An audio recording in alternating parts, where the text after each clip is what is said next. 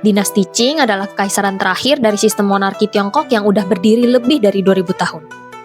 Megah, penuh budaya, tapi akhirnya tumbang. Kok bisa? Salah satunya karena mimpi besar dari seorang dokter bernama Sun Yat-sen.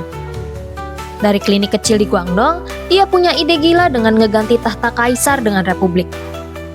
Terus gimana sih ceritanya seorang dokter biasa dari pelosok Cina bisa jadi dalang utama penggulingan dinasti seperkasa Qing? Yuk kita cari tahu seberapa hebatnya Sun Yat-sen sampai bisa jadi bapak revolusi yang dihormati baik di China daratan maupun Taiwan. Hai penjelajah waktu, selamat datang di Labirin Sejarah, tempat di mana masa lalu tidak pernah benar-benar berlalu. Bersiaplah untuk menyusuri lorong-lorong waktu dan menemukan cerita-cerita yang tersembunyi di balik tirai sejarah. Sebelum kita kenalan lebih dalam sama Sun Yat-sen, ada baiknya kita lihat dulu kondisi China waktu itu biar kita ngerti kenapa perjuangannya bisa sebegitu pentingnya.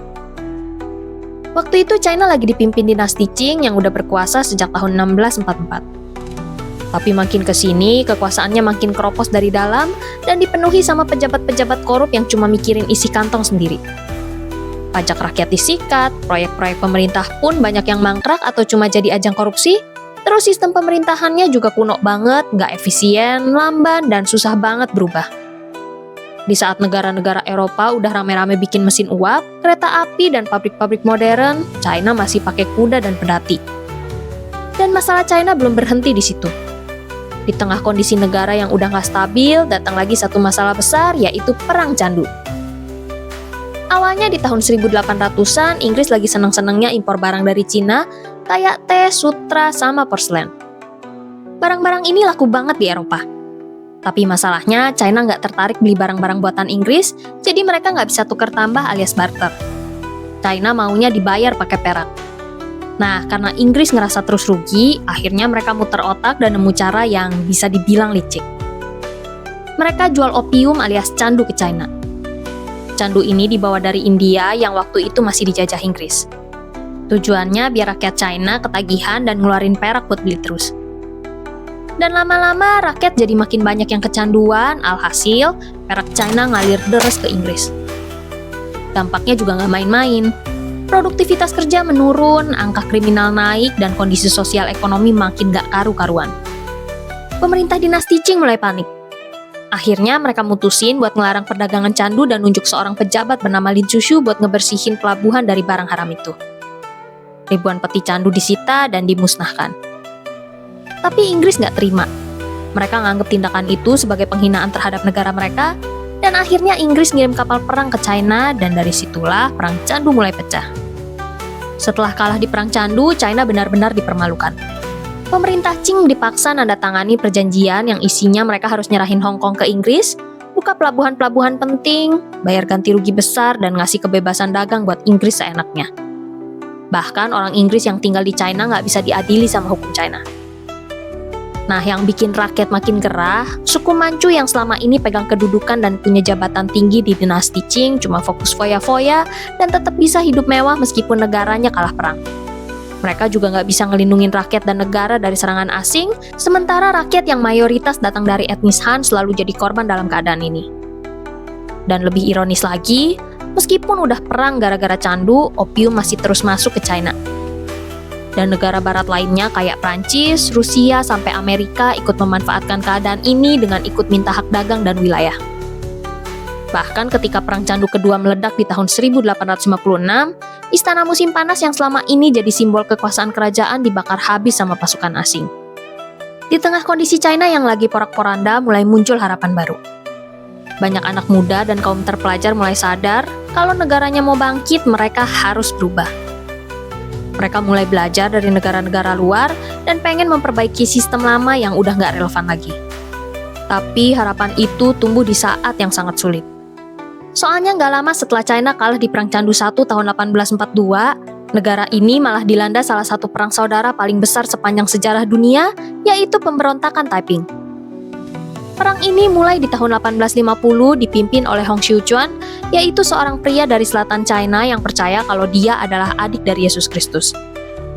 Dengan semangat keagamaan dan rasa kecewa terhadap korupsi dan ketimpangan sosial, dia bikin gerakan yang namanya Taiping Tiankuo atau Kerajaan Surga yang Damai.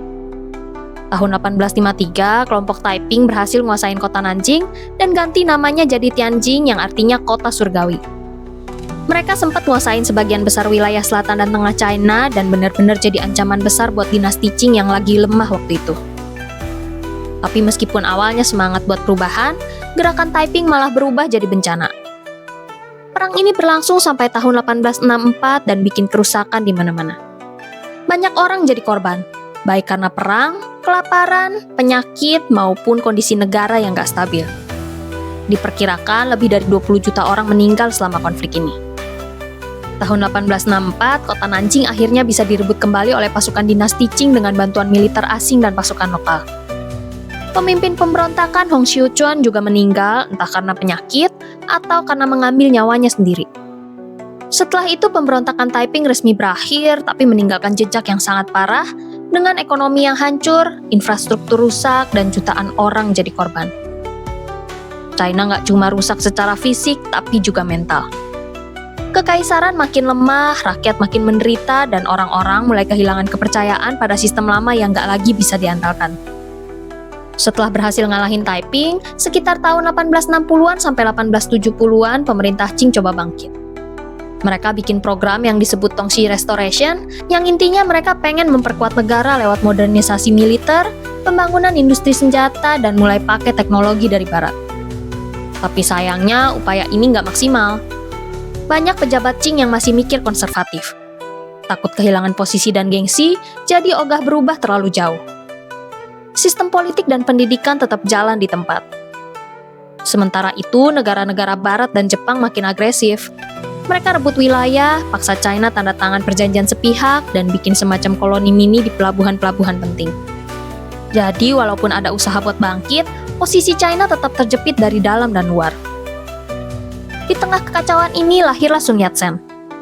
Sun Yat-sen lahir tahun 1866 di sebuah desa kecil bernama Cuiheng di Provinsi Guangdong di China Selatan. Desa Cuiheng ini dekat dengan pelabuhan-pelabuhan besar seperti Makau dan Hong Kong. Jadi banyak warga desa, termasuk keluarganya, merantau ke luar negeri demi mencari penghidupan. Di usia 13 tahun, Sun Yat-sen menyusul kakaknya yang udah lebih dulu pindah dan menetap di Hawaii. Di sana Sun pertama kali ketemu dengan dunia barat secara langsung. Dia masuk sekolah misionaris dan belajar bahasa Inggris, ilmu pengetahuan modern, dan nilai-nilai Kristen. Dengan lingkungan yang sangat berbeda dari kampung halamannya, Sun mulai mengenal demokrasi, kebebasan, dan keadilan sosial, serta mulai berpikir tentang kenapa rakyat Cina harus terus hidup sengsara sementara di tempat lain orang bisa hidup lebih bebas.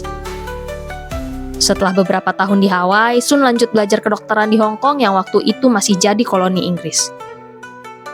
Di sekolah medis ini dia makin terpapar pemikiran barat dan filsafat modern. Tapi meskipun dia belajar kedokteran, dia nggak bisa berhenti mikirin nasib negaranya. Dan bagi Sun, China butuh perubahan besar. Menurut Sun, penyakit terbesar rakyat Tiongkok bukan cuma soal kesehatan tubuh, tapi soal sistem yang busuk dari akarnya. Kekaisaran Qing makin kehilangan arah, rakyat menderita, dan negara asing makin seenaknya menguasai tanah airnya. Setelah beberapa tahun belajar dan jadi dokter, Sun Yat-sen mulai ngerasa ada yang lebih penting dari sekedar ngobatin pasien. Jadi dia ngambil keputusan besar buat mundur dari profesi dokter dan masuk ke jalur yang lebih beresiko, yaitu revolusi.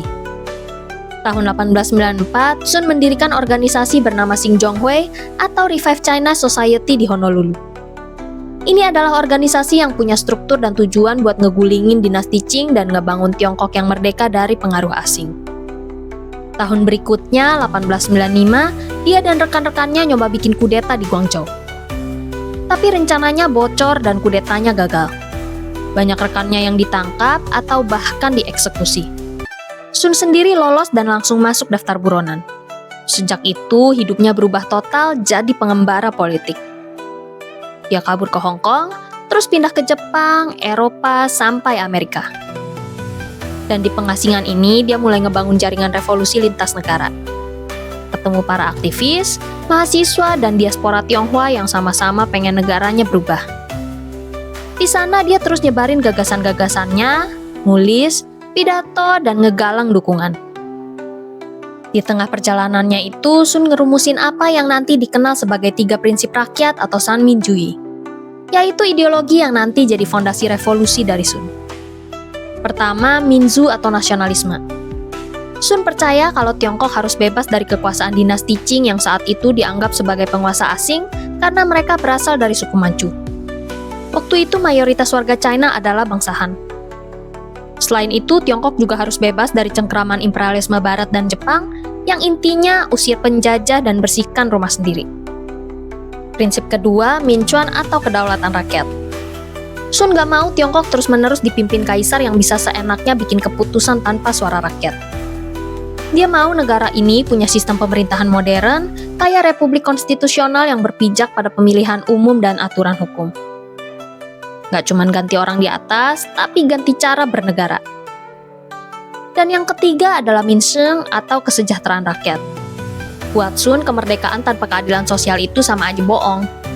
Jadi dia ngedorong reformasi agraria alias tanah itu hak petani dan bukan cuma dikuasai para tuan tanah. Dia juga pingin industrialisasi jalan biar ekonomi rakyat bisa tumbuh dan Tiongkok nggak terus-terusan ketinggalan zaman.